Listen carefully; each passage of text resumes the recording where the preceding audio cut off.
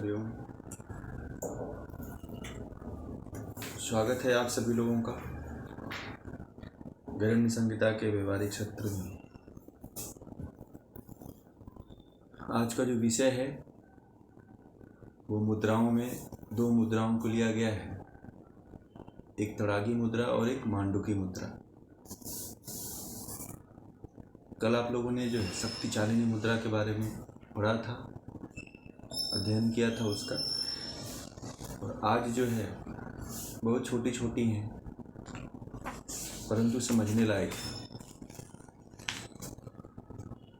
इसमें बहुत कुछ है, बहुत कुछ नहीं भी है, बहुत कुछ इसमें इसकी विधि बहुत छोटे में दिया हुआ है, बहुत कुछ दूसरे मुद्राओं में मिलेगा। तो आगे पीछे एक दूसरे से सब जुड़ी हुई मुद्राएं हैं, ऐसा आपको जान करके सबको मिला करके ही करना है। तो जो पहली मुद्रा है वो तड़ागी मुद्रा। तड़ाग का मतलब होता है सरोवर, तड़ाग का मतलब होता है तालाब। तालाब आपने देखा होगा, तालाब को अगर गौर से देखे होंगे तो तालाब बहुत ज़्यादा गहरा नहीं होता है, तालाब छिछला होता है और उसका पानी जो है फैला होता है चारों तरफ, उसमें गहराई नहीं होती। नदी में गहराई हो सकती है, सागर में गहराई हो सकती है। जो तालाब होता है वो छिछला होता है। छिछला मतलब उसके किनारे ज़्यादा होते हैं, गहराइयाँ कम होती है, गहराई बहुत कम होती है। यानी कि चारों तरफ से एक एक एक बिंदु ले लीजिए, तो बिंदु गहराई है और उसके ऊपर धीरे धीरे धीरे धीरे वो ऊंचा होता चला जाएगा। उसके साइड वाला जो पोर्शन है, जो उसके वृत्त वाला, वृत्त की जो लास्ट आवृत्ति है, जो उसका रिंग बनता है, तो ऐसे तड़ाग और तालाब बनता है। के तक की आकृति हमें बनानी है। तालाब को पहले अच्छी तरह से आप देख लीजिए, तालाब को अच्छी तरह से समझ लीजिए, तो फिर आपको तड़ागी मुद्रा समझने में देर नहीं लगेगी, बहुत ही आसानी से समझ जाएंगे। ये तालाब को देख करके ही कोई जो योगी रहे होंगे या महर्षि गिरंड रहे होंगे या महर्षि गिरंड के भी गुरु रहे होंगे, उन लोगों ने इसको हम लोगों के सामने खोज करके, शोध कर करके, राजा चंद्र कपाली के माध्यम से हम लोगों को भी पढ़ने सुनने को मिल रहा है। तो तड़ाग का मतलब आप सरोवर समझिएगा, तालाब समझिएगा, ये इसका अर्थ ही होता है। अब इसके श्लोक को हम पढ़ते हैं। एक ही श्लोक है। उदरम पश्चिमोत्तानम कृत्वा च तड़ागाकृति तड़ागी सा परामुद्रा जरा मृत्यु विनाशिनी।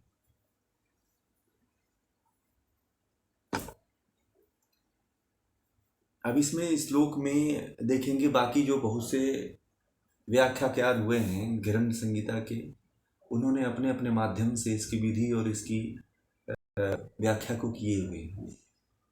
इस श्लोक के माध्यम से अगर जाना जाए तो कुछ अलग ही इसकी क्रिया विधि होगी और करने की भी, और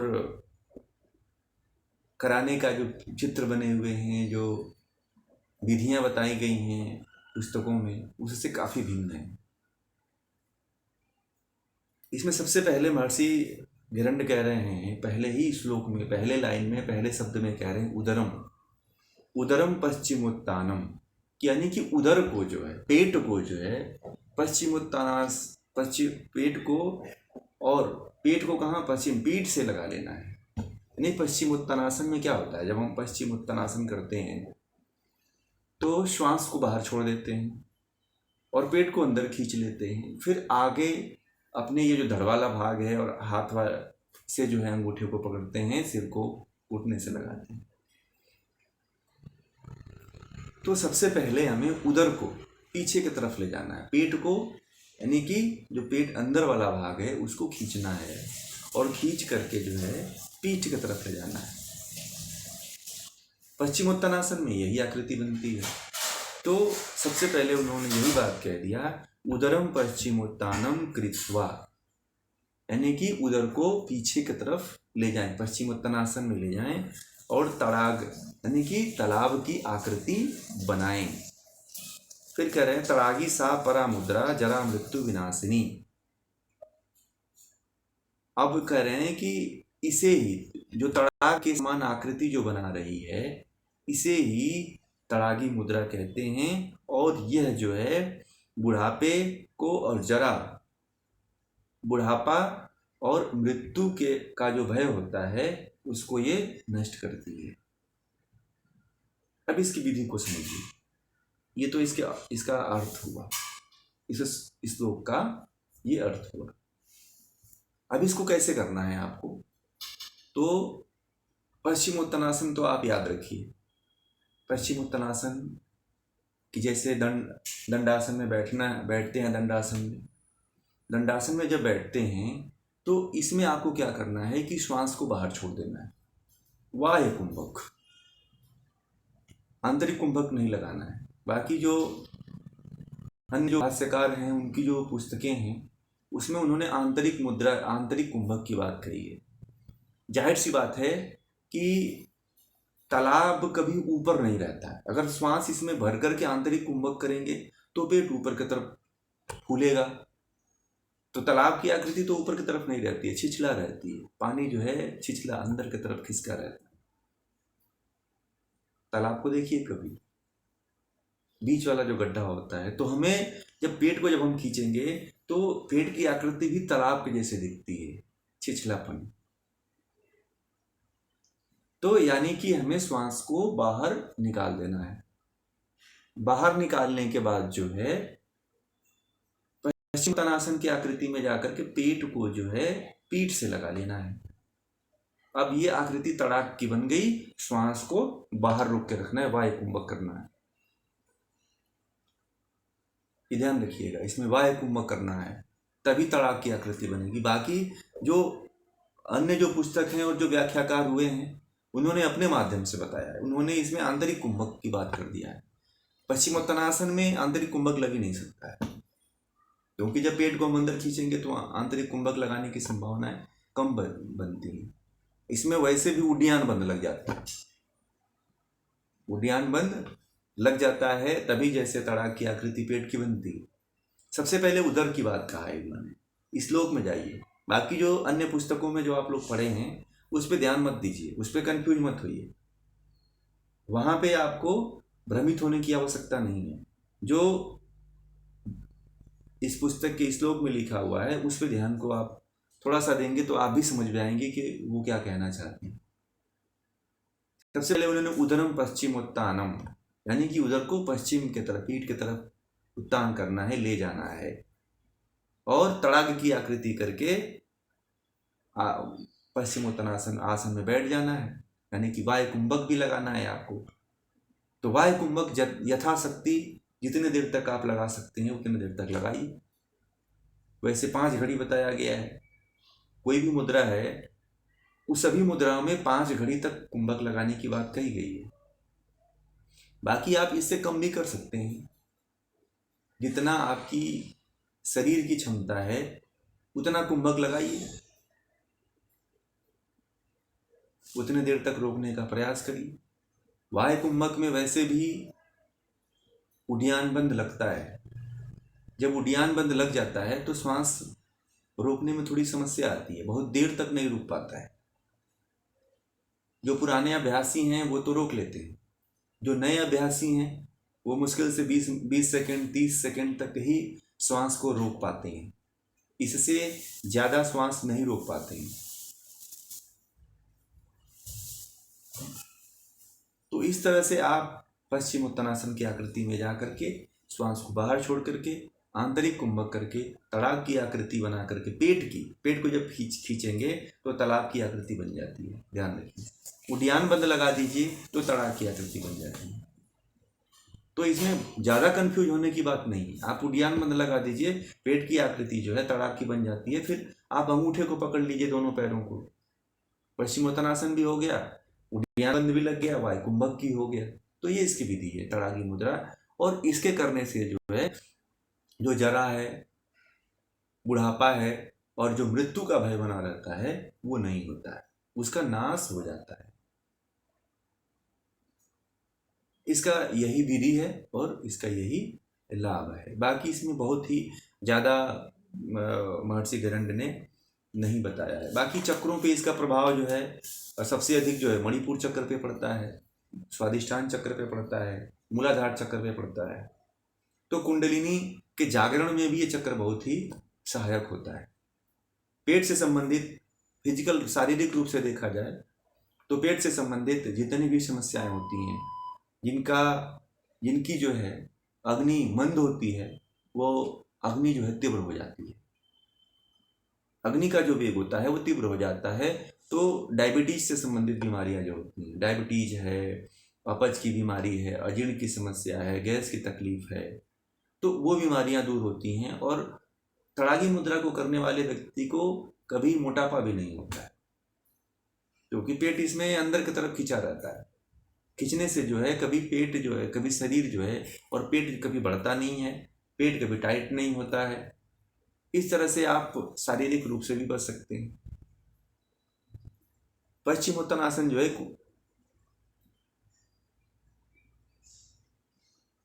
पेट फुलाने की बात कहाँ कहा है श्लोक में? कहाँ पेट फुलाने की बात कहा है उन्होंने? आप बताइए हमें।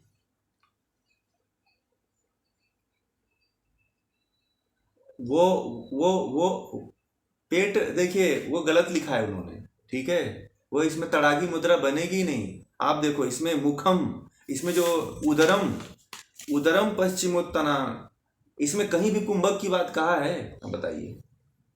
पेट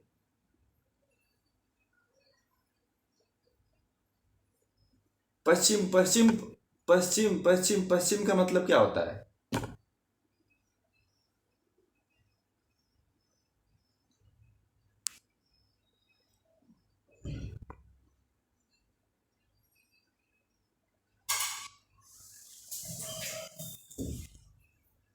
नहीं, झुकने की बात तो इसमें नहीं कहा है उन्होंने। जो पश्चिम, इसमें उदरम पश्चिमोत्तानम, ठीक है, यानी कि उदर को पीछे की तरफ ले जाना है। पश्चिम, उदर को पीछे की तरफ खींचना है, उतान करना है। उतान मतलब पीछे की तरफ खींचना। उतान जैसे आप लेटते हो आप, पश्चिम मतलब पीछे की तरफ, पीठ की तरफ, ठीक है। पश्चिम मतलब पीठ की तरफ। यहाँ पे अगर पश्चिमोत्तानासन केवल आसन लिखते, यहाँ पे पश्चिमोत्तानम लिखा है, आसन नहीं लिखा है। आप थोड़ा ध्यान दीजिए, यहाँ पे लिखा है उदरम पश्चिमोत्तानम, यानी कि उदर को जो है पीछे की तरफ उत्तान करिए, पीछे की तरफ ले जाइए, ठीक है। कृत्वा मतलब करिए, तड़ागाकृति, और तड़ागे, तड़ाग की तरह आकृति बनाइए। बस उन्होंने यही कहा है। बाकी उन्होंने इसमें न कुंभक की बात कहा है, ना ही मैं, नहीं, अर्थ गलत नहीं है उनका, मैं उनको गलत नहीं कह रहा हूँ। नहीं नहीं नहीं, वो बहुत बड़े योगी हैं, वो गलत नहीं दिए हैं। बात एक चीज़ बताऊँ आपको, उनका मत जो है अपने अनुसार है। वो व्याख्या जो किए हुए हैं उनका अपना मत, ठीक है, उनका गलत मत नहीं है। बाकी उन्होंने काफ़ी शोध किया होगा, परंतु जो है, जो इसका अर्थ यहाँ से निकलता है, नहीं पश्चिमोत्तानम, पश्चिमोत्तानम यानी कि उदर को, यहाँ पे आसन होता तो आसन की बात करते, यहाँ पे सीधे उन्होंने उदर की बात कहा है। उदरम पश्चिमोत्तानम कृत्वा तड़ागाकृति, ठीक है, उन्होंने ये बात कही है, ठीक। और उसके बाद जो है तड़ागी सा परा मुद्रा जरा मृत्यु विनाशिनी, उन्होंने बस ये बात कहा है। वो बहुत बड़े उच्च स्तर के योगी हैं, उनके स्तर पे पहुंचना मुश्किल है, ठीक है। मगर यहाँ पे जो देखा जाए, उनका हम खंडन नहीं कर रहे हैं। उनका जो है सो है, उनको हमें नहीं छेड़ना है, ना ही हमको खंडन करना है। हमें जो है हमें वो बता रहे हैं। बाकी जो है जितने भी और भी जो भाष्यकार हुए हैं, उन्होंने पेट फुलाने की बात नहीं कही है, क्योंकि सबका अलग अलग व्याख्या होती है। ठीक है ना। जितने भी लेखक होते हैं, जितने भी व्याख्याकार होते हैं, जितने भी योगी होते हैं, सबका अलग अलग अपना अपना मत होता है, अलग अलग अपने अपने मत को देते हैं वो लोग। परंतु जो है इसमें जो बनता है, उदरम पश्चिमोत्तानम, आसन नहीं कहा है, पश्चिमोत्तानम कहा है। फिर और इसमें ना ही कुंभक की बात कहा है उन्होंने, ना ही पेट को फुलाने की बात कहा है उन्होंने। केवल दो दो लाइनों में इस पूरी तड़ागी मुद्रा को कर दिया है उन्होंने, है ना। तो बस इसको इतना ही मैंने पहले ही इसीलिए बोल दिया था आपको कि काफ़ी अंतर मिलेगा आपको इसको, इसका अर्थ बताने से पहले, इसकी व्याख्या करने से पहले ही मैंने बता दिया था कि आपको जो अन्य व्याख्याकारों की जो पुस्तकें हैं उसमें अंतर मिलेगा आपको। और बाकी इसमें इसके केवल अर्थ की तरह समझना चाहते हैं तो अर्थ इसका केवल यही होगा। बाकी कहीं पेट उठ फुलाने वाली बात तो बहुत मुश्किल आती है इसमें। केवल इसका आसन अगर ऐसे देखा जाए तो इसमें केवल जो उदर है, पेट को जो है पश्चिमोत्तानासन में कर करके ताड़ाक की आकृति बनाना बस बात कही है, तो आप इसको क्या समझोगे। अब उन्होंने अर्थ में जो है उन्होंने पेट फुलाने की बात कही है। पेट फुलाने की बात इस श्लोक में कहीं कहा ही नहीं है, ठीक है। जब नहीं कहा है तो फिर इसके अर्थ को समझना ठीक नहीं है, क्योंकि फिर उसका अनर्थ होगा, ठीक है। तो ये है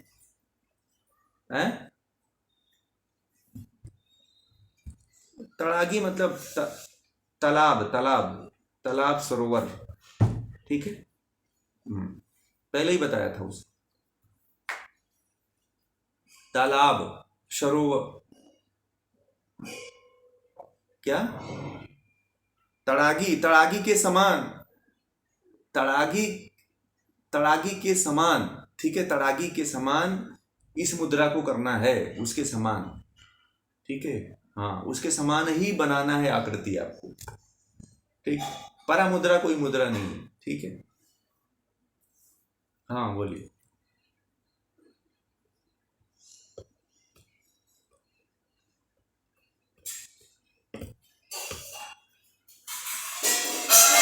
नहीं, इसमें तो हाँ, उसमें भी यही लाभ मिलेगा। यहाँ पे जरा मृत्यु और उसकी बात कहा है उन्होंने, ठीक है। जरा मृत्यु, हाँ होता ही है, ये तो वही है।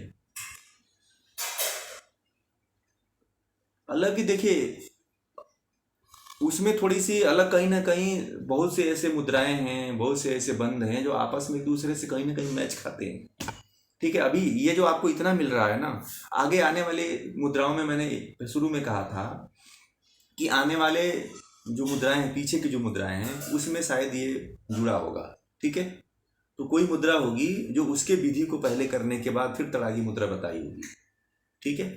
जैसे हम लोगों ने कल शक्ति चालिनी मुद्रा पढ़ा, तो शक्ति चालिनी मुद्रा पहले आपको क्या करना पड़ेगा, फिर महाबंद करना पड़ेगा, या कोई और मुद्रा करेंगे तभी सिद्ध होगा। तो इसकी विधि कहीं पीछे दिया होगा, आगे पीछे होगी, ठीक है। यानी हाँ, ये शायद आगे की मुद्राओं में आपको जानने के लिए इसको तड़ागी मुद्रा को मिलेगा, ठीक है। या नहीं भी मिले तो ये पूरा हो गई वैसे, ठीक है। फिर आप पश्चिम, पेट उधर, यानी कि पेट को फुलाने की बात नहीं करता है इसमें, यानी यहाँ इस श्लोक में कहीं लिखा ही नहीं है, बताओ आप। ना ही कुंभक की बात कहता तो मान लेते कि पेट फूलता है उसमें, ठीक है। उधर की आकृति, तालाब की आकृति कभी ऊपर की तरफ थोड़ी रहती है, छिछला रहता है उसका पानी। चलिए, अब अगला जो मुद्रा है वो मांडुकी मुद्रा है। मांडुकी मतलब, मांडुकी का जो अर्थ होता है मेढकी होता है, मेढक होता है। मुंडक, मंडूक, मंडूक का मतलब मेढक, मांडुकी मतलब मेढकी होती है, ठीक है ना। तो मेढक की आकृति की, जो मेढक के समान जो आकृति बनती है, स्थिति बनती है, और उसमें जो स्थिरता आती है, उसे जो मन की जो स्थिरता आती है, उसे ही मांडुकी मुद्रा कहते हैं। इसमें 2 श्लोक उन्होंने दिया हुआ है। मुखम समुद्रितम कृत्वा जिह्वामूलम प्रचालयेत शनैर्ग्रसेदमृतं ता मांडुकीं मुद्रिकां विदुः वलितं पलितं नैव जायते नित्यं यौवनं न केसे जायते पाको यह कुर्यान्नित्य मांडुकीं। उन्होंने ऐसा कहा है इसमें। ये 2 श्लोक हैं, उसमें भी ये बहुत ही छोटे रूप में, बहुत ही कम रूप में 2 मुद्राओं को इन्होंने बताया है। अब इसमें कहते हैं कि मुख को बंद करके, मुखम समुद्रितम कृत्वा जिह्वा मूलम प्रचालय, यानी कि मुख को बंद करके तालु में जिह्वा को घुमाएं। ठीक है, जिह्वा को कृत्वा, समुद्रितम मतलब वही तालु, मुख में जो है घुमाने की बात कर रहे हैं, तालु में घुमाने की बात कह रहे हैं। ठीक है, लीजिए और जिह्वा को चलाइए, प्रचालित मतलब चलाइए, तालु में घुमाएं, चारों तरफ ऐसे घुमाइए। फिर कह रहे हैं कि शनैर्ग्रसेद अमृतम ता मांडुकी मुद्रिका विदुम, उसके बाद जिह्वा को घुमाएं और जिह्वा से धीरे धीरे, अब इसमें जिह्वा से धीरे धीरे जो, अब इसमें क्या होता है, बाकी जो लेखक हैं उन्होंने तो अपने मन से ऐसा लिखा है कि जिह्वा घुमाने के बाद जो है फिर जो है इसमें धीरे धीरे सहस्त्रार्थ से जो लाल टपकता है उसका पान करो, मगर ऐसा उसमें नहीं लिखा हुआ है। अब इसमें लिखा हुआ है महर्षि गरंड ने कि शनैर सेद अमृतम, अब धीरे धीरे क्या होता है, जैसे जैसे हम घुमाते हैं तो धीरे धीरे अमृतम, अमृत का और जो अमृत टपकता है उसका पान करें, उसका प्रचालन करें। और जब धीरे धीरे जब घुमाते हैं जीवा को तो उससे क्या होता है कि धीरे धीरे जो सहस्त्रार से जो बिंदु, उसका बताए थे आपको, चंद्र जो नाड़ी है, जो तालु है, वहाँ से अमृत का स्राव होता है और उस स्राव को जीवा के द्वारा अमृत का पान करें। इसे ही मांडू की मुद्रा कहते हैं, इसे ही मांडू की मुद्रा कहते हैं। आपको जीवा को चलाइए, तालु जीव मुंह में मुंह बंद करके वो तालु वाले भाग को ऊपर करके घुमाना है आपको। जब घुमाएंगे तो जो है ब्रह्मरंध्र से जो है अमृत जो है टपकने लगता है और उसका आप पान करिए। इसे ही मांडू की मुद्रा कहा जाता है, जीवा को घुमाने की क्रिया है। ठीक है, इसमें जीवा को चालयित प्रचालयित करने की बात कहें। स्नेह अमृतम ताम मांडू की मुद्रिका विदु, विद्वान लोग इसे मुद्रिका मांडू की मुद्रा कहते हैं। अब इसमें पुनः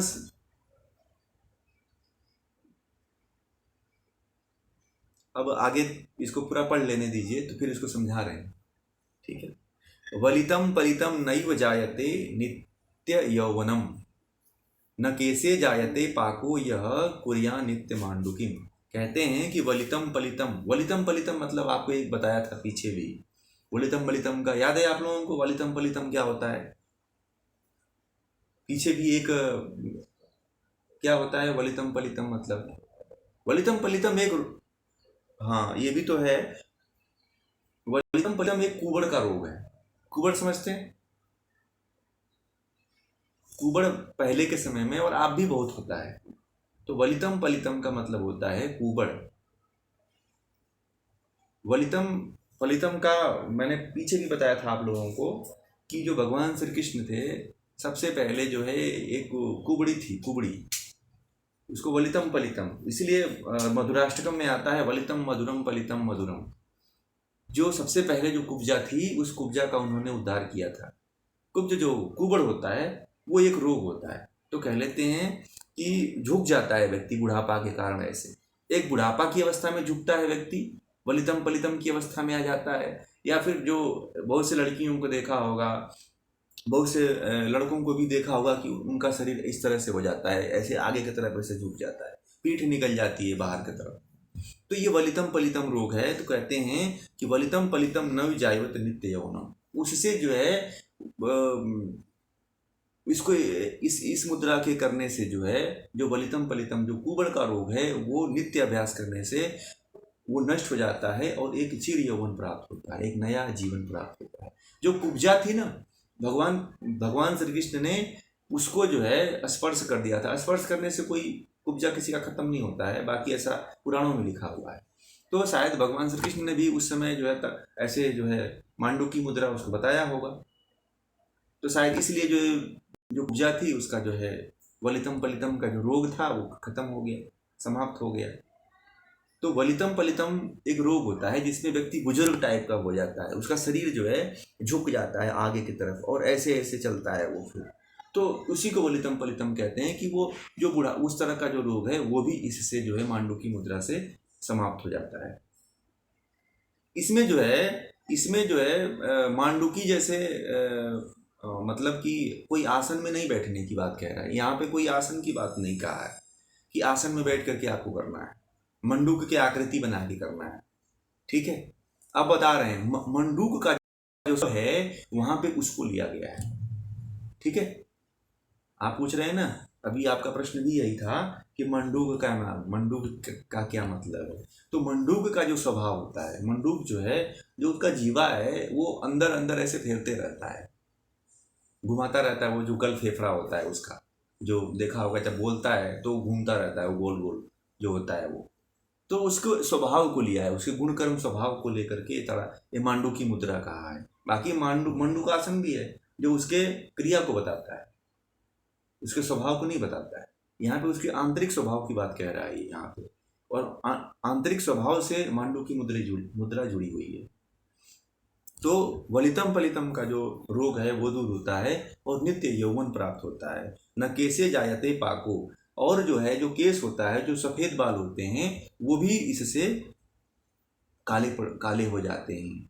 और जो नित्य प्रति मांडू की मुद्रा का अभ्यास करते हैं वो अस्थायी रूप से चिर यौवन को प्राप्त हो जाते हैं। ठीक है, ये इसका मांडू की मुद्रा का अभ्यास रहा और ये इसका अर्थ रहा इन 2 श्लोकों का। बाकी जो अन्य जो इसकी अन्य जो विधियां हैं, इसको किसी अन्य मुद्राओं से जोड़ा होगा आगे पीछे, या फिर बस इतना ही होगा। ठीक है, हाँ अब बोलिए, कोई प्रश्न कर रहे थे।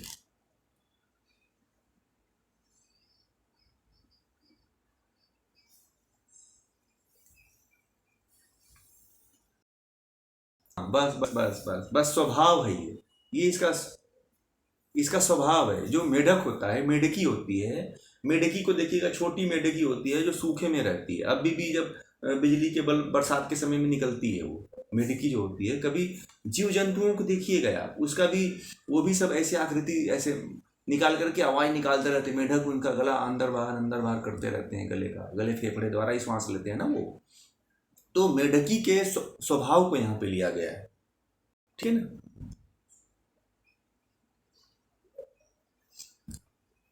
निवारण इससे जो उसे देखिए, वलित पलित जो है हार्मोन्स की बीमारी होती है।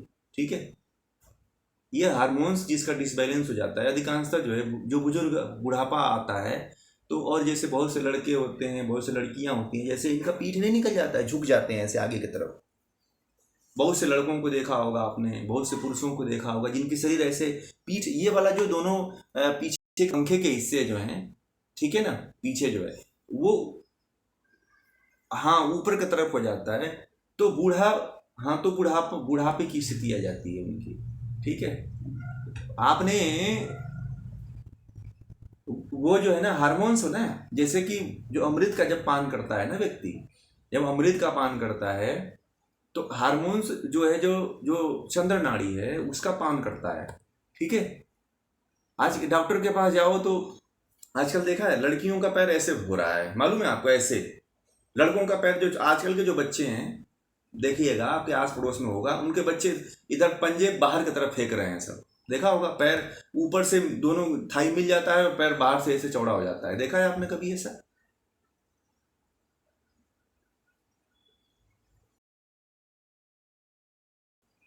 तो ये बीमारी जो है हार्मोन्स की होती है। ठीक है, तो ये वो लड़कियों में ज्यादा हो रही है कि उनका पैर इस तरह से बाहर की तरफ निकल जाए, पंजे साइड में निकल जाते हैं, पैर इधर हो जाते हैं, मुड़ जाते हैं।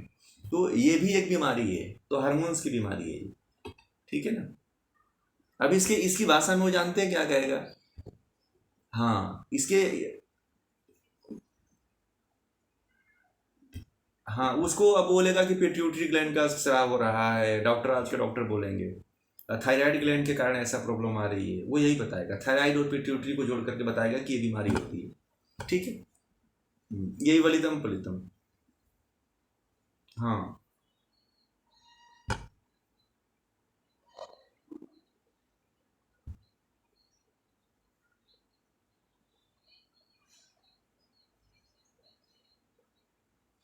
देखिए, इस इसमें देखिए हर तरह का व्यक्ति होता है ना, हर तरह के साधक होते हैं ना। कोई कठिन मुद्राओं को साध लेता है, कोई बहुत से सरल मुद्राओं को साध पाता है। तो आप और हम इसमें, मान लीजिए इसमें 10 लोग जुड़े हुए हैं, 15 लोग जुड़े हुए हैं, तो इसमें सभी लोग सभी क्रियाएं नहीं कर सकते, है ना। तो ऋषियों ने, अब हिरण्य संहिता में जो आसन है, हिरण्य संहिता में जो प्राणायाम है, हिरण्य संहिता में जो षटकर्म शुद्धि क्रियाएं हैं, लगभग हर तरह का व्यक्ति उसको कर सकता है। ऐसा नहीं है कि एक विशेष उम्र वाला भी व्यक्ति कर सकता है सारी चीज़ों को। तो सभी व्यक्तियों का ध्यान रखते हुए कि सभी इस जो महर्षि हिरण्य ने जो ऋषि जो ज्ञान देता है, जो ऋषि होता है, जो आगम पुरुष होता है, वह ज्ञान को ऐसे किसी भक्त के या किसी साधक को ऐसे देता है कि केवल इसी को ही फायदा न हो, पूरी मानवता को फायदा हो, कि हर तरह का व्यक्ति हर तरह से कर करके उस चीज़ का पान कर ले। बाकी जो खेचरी मुद्रा में जो लाभ है उसमें इतना तो लाभ बताया नहीं है ना, इसमें तो 2 ही 3 लाभ बताया है कि बस इसको करोगे तो बस इसमें यही। हाँ, दोनों का डिफरेंस है, कम करेंगे तो कम आपको फायदा होगा, ज़्यादा आप थोड़ा सा कठिन परिश्रम करेंगे तो आपको ज़्यादा फायदा होगा, है कि नहीं। आप देखिए, जो उसी में हम हमारे और आपके बीच में ही लोग देखिए, जो ज़्यादा मेहनत करते हैं वो ज़्यादा फल प्राप्त करते हैं, जो कम मेहनत करते हैं वो कम उसका फायदा ले पाते हैं। ऐसा देखा होगा ना आपने। तो यही होता है कि जो लोग सबके लिए, ऋषि जो है सबके लिए सबके हित की बात करते हुए, सबको ध्यान में रखते हुए शास्त्र की रचना करते हैं, ठीक है ना। तो ये जो है मुद्रा जो है खास तरह से जो है हमारे विशुद्धि चक्र को, गला चक्र जो है, गला चक्र और अज्ञा चक्र पे ज़्यादा असर डालती है, ठीक है। ये कुंडलिनी में भी सहायक होती है, कुंडलिनी के जागरण में भी सहायक होती है, चक्र शुद्धि में सहायक होती है, गले से संबंधित जितनी भी समस्याएं होती हैं, और जो पूरे शरीर में हार्मोन जिनका डिसबैलेंस होता है, ये महिलाओं के लिए बहुत ही अच्छा है। महिलाओं का सबसे अधिक जो समस्या आती है वो जो है हार्मोन की समस्या आती है। और दूसरी चीज़ एक और बता दें आपको, आज के समय की सबसे बड़ी समस्या हो गई है हार्मोनल कैंसर। हार्मोनल कैंसर महिलाओं को बहुत हो रहा है। मेरे पास तो बहुत लोग आते हैं, मैं वैसे पंचगव्य के द्वारा ट्रीटमेंट भी करता हूँ, मेरे पास सबसे अधिक कैंसर के पेशेंट हैं। तो कैंसर में सबसे अधिक जो है पेशेंट जो है, महिलाएं जो है, हार्मोन कैंसर से ग्रसित है, सबसे अधिक महिलाएं। पुरुष तो कम है। महिलाओं का जितने भी प्रकार के रोग आए वो सभी कैंसर जो है हार्मोन कैंसर के कारण होता है। उनके गर्भाशय में गांठ बन जाती है, सिस्ट में जो गांठ बन जाती है, जो उनके स्तनों में गांठ बन जाती है, तो उसका जो मुख्य कारण होता है वो हार्मोनल डिसबैलेंस होता है। हार्मोन का अनियंत्रित होना ही जो है, जो उनके अंदर जो है ये कैंसर का रूप ले रहा है। और सबसे बड़ी बात यह है कि इस हार्मोन को जो है महिलाएं बहुत हल्के में लेती हैं, और हल्के में नहीं लेना चाहिए क्योंकि उसका परिणाम बड़ा बुरा होता है। हमारे पास तो फोर्थ स्टेज में, थर्ड स्टेज में लोग आते हैं, सब जगह से जब ट्रीटमेंट कर चुके होते हैं, तो फिर भी उसमें कुछ बचते हैं, कुछ नहीं बचते। जो ज़्यादा पावरफुल होते हैं वो बच जाते हैं, जिनकी प्रतिरोधक क्षमता मजबूत होती है वो बच जाते हैं। अगर पहले ध्यान दे दें कैंसर के इलाज के, प्राथमिक स्टेज में ध्यान दे दें, तो फिर उनको किसी एलोपैथी ट्रीटमेंट की आवश्यकता ही नहीं पड़ेगी। तो तड़ागी मुद्रा का अभ्यास करिए, हार्मोन डिसबैलेंस नहीं हो, जैसा बताया है वैसा करिए आप। और ज़रूरी नहीं है कि आपको जो अमृत का पान होगा आप उसको महसूस भी कर पाओगे। शुरू में तो पता ही नहीं चलेगा कि आप, क्योंकि आप इतने तरह के रस लेते हो, वाय रसों को, जो आपके सेंस को ख़त्म कर देता है। बहुत लोग तो, मेरे पास कुछ ऐसे भी पेशेंट मिले हैं जिनको किसी भी भोजन का, किसी भी रस का, किसी आता है, बताइए, कुछ भी खिला दो कहते हैं कि मुझे स्वाद ही नहीं है। सब उनके लिए एक ही बराबर है, निस्वाद। तो हार्मोन को बैलेंस होने से बचाइए, ये तड़ागी मुद्रा को करिए। तो आज का जो विषय था तड़ागी मुद्रा, मांडुकी मुद्रा, वो यहीं पे समाप्त होता है। आप सभी लोगों का बहुत बहुत धन्यवाद।